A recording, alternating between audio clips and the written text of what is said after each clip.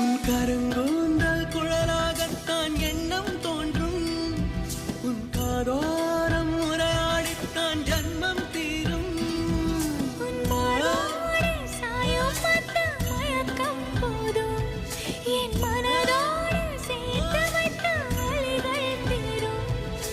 காதல் ஒன்றை தவிர என் கையில் ஒன்றும் இல்லை, அதை தாண்டி ஒன்றும் இல்லை.